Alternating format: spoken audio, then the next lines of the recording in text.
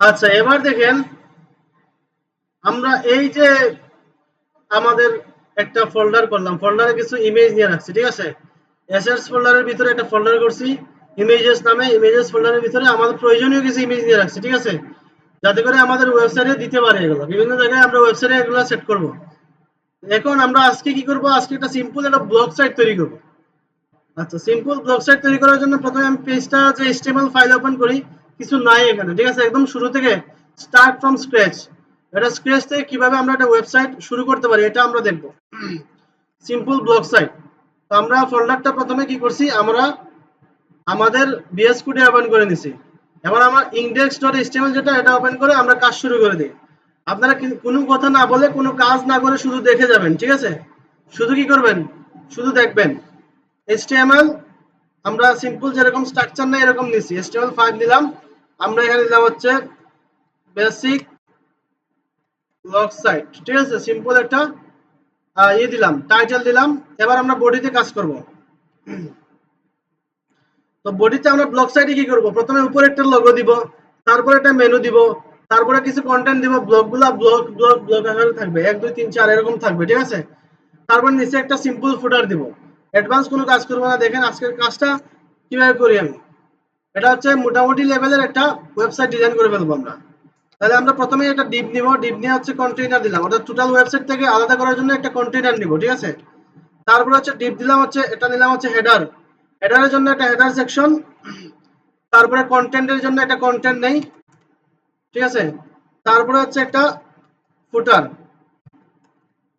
এই ফুটার 3টা সেকশন নিলাম। আচ্ছা, হেডারের নিচে আরেকটা জিনিস নিয়ে নেই, এটা হচ্ছে আমরা মেনু।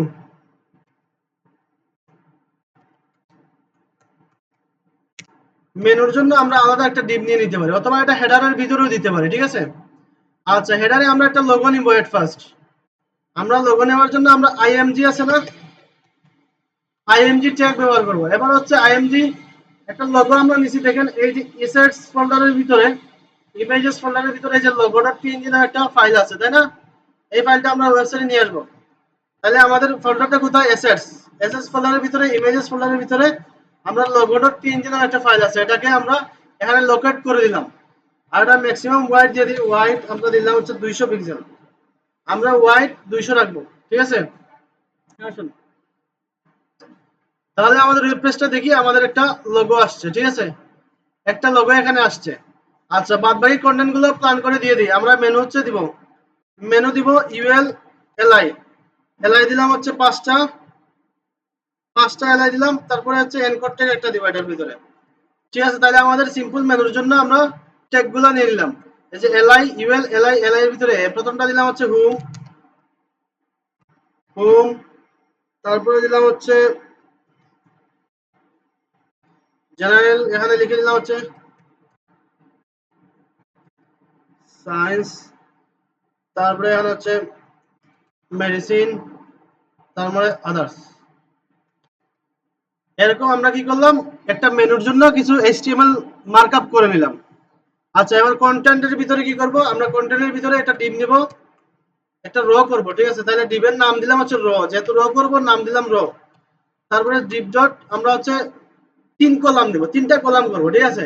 একটা দুইটা 3টা কলাম করব। 3টা কলামের জন্য হচ্ছে আমরা লিখলাম হচ্ছে 100% যদি চিন্তা করি একটা রকে, তাহলে কলাম হচ্ছে 3 দিলাম, জাস্ট নাম দিলাম কলাম 3। তো প্রথম কলামে আমরা কন্টেন্ট দিব, ঠিক আছে। আমরা একটা ডিভ নিয়ে নিলাম, ডিভের নাম দিলাম হচ্ছে, আমরা দিলাম হচ্ছে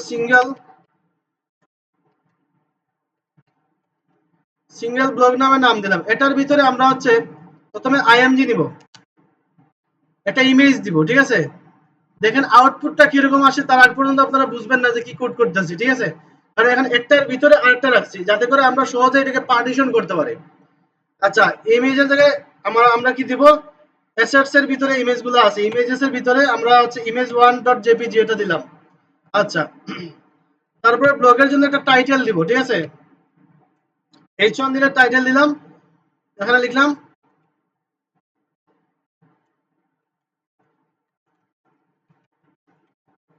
আমরা একটা টাইটেল লিখবো, তারপরে একটা সিম্পল ডেসক্রিপশন লিখবো, ঠিক আছে। সিম্পল ডেসক্রিপশনের মধ্যে আমরা লিখলাম লোরেম হচ্ছে 15। আমরা এরকম দিয়ে দিলাম 15 ওয়ার্ডের একটা টেক্সট দিলাম এখানে। আর এখানে দেখেন নিচে আর একটু আমরা ডেটের জন্য কিছু একটা করি, ঠিক আছে। এখানে দিলাম হচ্ছে div ডট রো, রো এর ভিতরে আমরা হচ্ছে div ডট কল, দুই ভাগ করব, কল টু দিলাম আমরা এখানে, ঠিক আছে। কল টু দিয়ে এখানে লিখলাম হচ্ছে পি দিয়ে ডেট, ধরেন 10/12/2023, এটা দিলাম, ডেট দিয়ে দিলাম। আচ্ছা, ডেটের পরে আরেকটা ডিপ দিলাম কল টু। আচ্ছা, কলামগুলো কেন নিচ্ছি, কল লিখছি কেন, ক্লাস দিচ্ছি কেন, এটা আমরা যখন সিএসএস করব তখন এটা বুঝতে পারবো। এভাবে প্ল্যান করে এখানে একটা রিড মোর বাটন দিব, এ ডট আমরা হচ্ছে রিড মোর বাটন দিয়ে দেবো। এখানে আমরা জাস্ট টাইটেল আকারে দিলাম, এখানে দিব হচ্ছে ডিটেলস ডট এইচটিএমএল। এখানে ডিটেলস ডট এইচটিএমএল একটা পেজের লিংক দিয়ে দিলাম। এই ডিটেলস ডট এইচটিএমএল পেজটা এখনো ক্রিয়েট করিনি, এটা আমরা ডিটেলস পেজ আর একটা ক্রিয়েট করব, ঠিক আছে। আচ্ছা, রিড মোর এখানে আমরা দিলাম হচ্ছে রিড মোর, অথবা একসাথে দিয়ে দিই, এভাবে থাকলো। তো এখন হচ্ছে আমরা ফুটারে যে একটা ফুটার টেক্সট দিয়ে দেবো, ফুটার ডিজাইনটা আমরা পরে শিখবো। প্যারাগ্রাফ দিলাম, এখানে হচ্ছে লরেম 7 দিয়ে একটা টেক্সট দিয়ে দিই। এবার যদি আমরা পেজটা রিলোড করি, দেখেন আমাদের কি আসছে, আমাদের মার্কআপটা হয়ে গেছে। মার্কআপটাতে কি আছে, প্রথমে একটা লোগো আসছে, তাই না। তারপরে আমরা ইমেল এলআই দিয়ে আমরা কিছু মেনু করছিলাম, তাই না। তারপরে একটা ইমেজ দিছি, তারপরে টাইটেল দিছি, এরপরে হচ্ছে টাইটেলের পরে টেক্সট আছে, ডেট আসছে, রিড মোর বাটন আসছে, এই যে তলের ফুটারের টেক্সট আসছে। তো আমরা হেডার থেকে ডিজাইন শুরু করে দিব, ঠিক আছে। তো ডিজাইন শুরু করতে গেলে আমাদের কি করতে হয়, প্রথমে স্টাইল ডট সিএসএস ফাইলটাকে লিংক আপ করে দিতে হবে, ঠিক আছে। লিংক আপ করানোর জন্য হেডারের ভিতরে আমরা কি লিখতে হয়, লিংক সিএসএস লিখলাম, তাহলে কি আসলো, রিলেশন স্টাইল শিট চলে আসলো, ঠিক আছে। আর এখানে স্টাইল ডট সিএসএস পাইলো, কিন্তু আসলে লিংক আপ হয় নাই। কেন হয় নাই, কারণ হচ্ছে এখন আমরা স্টাইল সিএসএস ফাইলটা এসএস ফোল্ডারের ভিতরে রাখছি, তাই না। বুঝতে পারছি বিষয়টা। এখন আমাদের স্টাইল ডট সিএসএস ফাইলটা কিসের ভিতরে আছে, এসএস ফোল্ডারের ভিতরে আছে। এজন্য আমাদের কোথায় যেতে হবে, এসএস ফোল্ডার, এর ভিতরে স্টাইল ডট সিএসএস ফাইলটা। ওকে, তারপরে একটা ফোল্ডারের ভিতরে যখন দিছি তখন ওই ফোল্ডারের নামটা দিয়ে স্ল্যাশ দিয়ে ফাইলটার নাম লিখছি আমি, তাইলে আমাদের স্টাইল সিএসএসটা পাবে। এখন দেখেন বডিতে আমরা কি করি, বডিতে আমরা করি হচ্ছে ডিপ, আমরা সরি বডির জন্য কিছু কোড দিয়ে দিই। আমরা ডিফল্ট ভাবে কি দিতাম, মার্জিন 0, কতদিন করছিলাম বলেন না কেন, প্যাডিং 0, ঠিক আছে। তারপরে ফন্ট সাইজ করছিলাম না, 16 পিক্সেল একটা ডিফল্ট ফন্ট সাইজ আমরা দিয়ে রাখি। আচ্ছা, এবার ডিপ ডিপ সরাসরি ডিপ ট্যাগের মধ্যে আমরা কিছু জিনিস দিব, সেটা হচ্ছে ওভারফ্লো,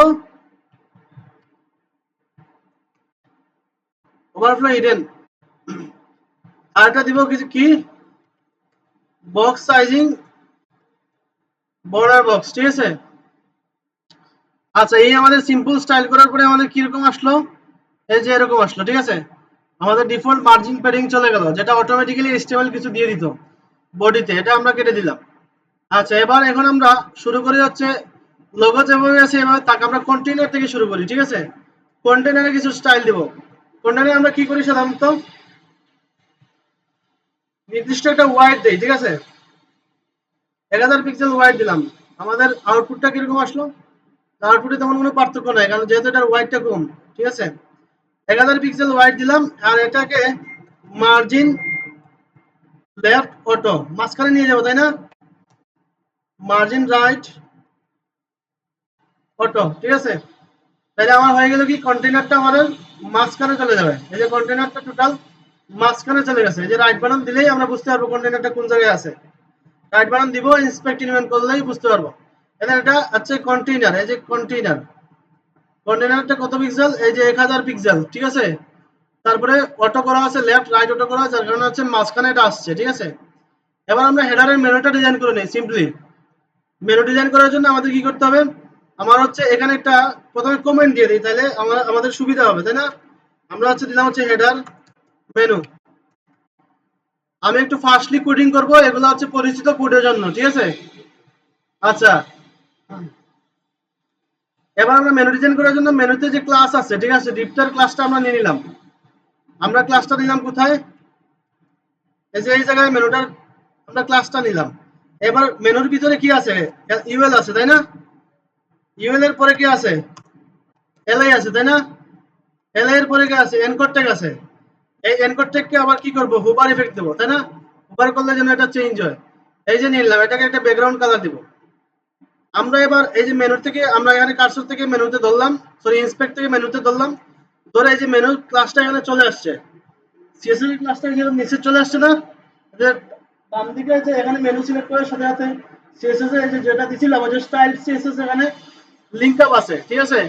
এখন এটা কি এসএস এর ভিতরে style.css ফাইল। আচ্ছা, আমার কথা কি শোনা যাচ্ছে পিছন পর্যন্ত? হ্যাঁ, বোঝা যাচ্ছে না? কিছুই বোঝা যাচ্ছে না, এটাই বোঝা যাচ্ছে না। এটা এখানে যে কিভাবে করছি এটা বোঝা যাচ্ছে না নাকি? আচ্ছা, এখানে হচ্ছে আমরা ইন্সপেক্ট করছি, ধরেন এই যে এই জায়গা থেকে আমরা রাইট বাটন দিলাম, ইন্সপেক্ট করলাম, ঠিক আছে? ইন্সপেক্ট করার পরে কি আসছে? ওই যে আমরা মার্কআপে যে মেনু ডিপটা দিছিলাম, মার্কআপের মেনু ডিপটা কিন্তু এখানে আসছে, ঠিক আছে? এখান থেকে কার্সর ধরার সাথে সাথে কিন্তু ওই যে উপরের অংশটা কিন্তু ব্লক হয়ে যাচ্ছে। দেখেন ব্লক হচ্ছে কিনা। এই যে এখানে ক্লিক দেওয়ার পরে কি করছে দেখেন, ডান দিকে যে আমরা সিএসএস এ মেনু মেনু ডট মেনু যে ক্লাসটা আছিল, এটা যে ক্লাস আছে না, ক্লাস মেনু, এই মেনুটা আমরা সিএসএস এ নিয়ে রাখছি, ঠিক আছে? বিধায় কি হচ্ছে এখানে এটা দেখাচ্ছে। আমরা এখানে এবার কোডগুলো লিখবো, লিখে সিএসএস এ নিয়ে যাইয়া সেভ করব। কিভাবে লিখবো? এই যে দেখেন এখানে লিখলাম হচ্ছে ব্যাকগ্রাউন্ড কালার, আমরা রেড লিখলাম, ঠিক আছে? ব্যাকগ্রাউন্ড কালার লিখে এন্টার প্রেস করে আমরা রেড লিখলাম। এই যে দেখেন এটার ব্যাকগ্রাউন্ড কালার রেড হয়ে গেছে, কিন্তু এটা রিফ্রেশ দিলে থাকবে না, এখানে চলে যাবে। জাস্ট আমরা ভিজুয়ালি এডিট করার জন্য এটা দিয়ে আমরা কাজ করব, ভিজুয়ালি দেখে দেখে কাজ করব, পরে এটা চেঞ্জ করে ফেলবো, ঠিক আছে? তো আমরা রেড নিলাম, রেড নিয়ে এটাকে আমরা জাস্ট অন্য কালার করে ফেলি। এটা আমরা একটু ডিফারেন্ট কালার দিয়ে দিলাম, ঠিক আছে? তো এটা আমরা কালার রাখলাম, ঠিক আছে? এখানে কার্সরটা দিয়ে ক্লিক করলে এই যে এটা আমরা চেঞ্জ করতে পারি, এটা আপনারা চেঞ্জ করে ফেললাম আমরা, ঠিক আছে? তাহলে মেনুতে আমরা জাস্ট এটাই করলাম। আরেকটা কাজ করে ফেলি, প্যাডিং দিয়ে দেবো এখানে, ঠিক আছে? প্যাডিং মানে কি? চতুর্দিকে জায়গা দখল করবে। এগুলো আপনারা প্যাডিং করছেন না? কত ক্লাসেতে করছেন? তাহলে জায়গা দখল করার জন্য আমরা প্যাডিং দেওয়ার জন্য আমরা প্যাডিং লিখলাম। এই যে এখানে একটা ক্লিক করতে হবে, প্যাডিং 15 পিক্সেল। আমরা হচ্ছে চতুর্দিক থেকে 15 পিক্সেলের একটা প্যাডিং দিয়ে দিলাম। এবার আমরা এটাকে এক কাজ করি, এই যে কোডগুলো ছিল কপি করে নিয়ে যাই মেনুতে সেভ করে দিলাম। ওকে, তাইলে দেখেন এবার আমাদের রিলোড দিলেই কিন্তু যাচ্ছে না। এই মেনুটা কোথায় পাইলাম? এই যে মেনুটা আছে না, এই মেনুটা পেয়ে গেছি হচ্ছে আমাদের এই যে ক্লাস থেকে, ঠিক আছে? এই যে ক্লাসটাই আমরা এখানে লিখছি, তাই না? অর্থাৎ এই ক্লাসের মধ্যে যা আছে এই স্টাইলটা পাবে, ঠিক আছে? মার্কআপে যা আছে তাইতেই কিন্তু কি হবে, এই স্টাইলটা পাবে। আচ্ছা, আবার ইউএল এর মধ্যে আমরা কি করব? এখানে লিখতে পারি লিস্ট স্টাইল নান। দেখেন এই যে ইউএল, এই যে আমরা মেনু একটা ডিপ না, তার ভিতরে কি আছে? ইউএল নামে একটা ট্যাগ আছে, দেখেন এই যে মেনু একটা ডিপ, এটা ডিপ না, এটার ভিতরে কি আছে? ইউএল নামে একটা ট্যাগ আছে। এজন্য লিখছি আমরা, কিভাবে লিখছি? মেনু, তারপর আছে ইউএল। হ্যাঁ, ও ডিসপ্লে চলে গেছে।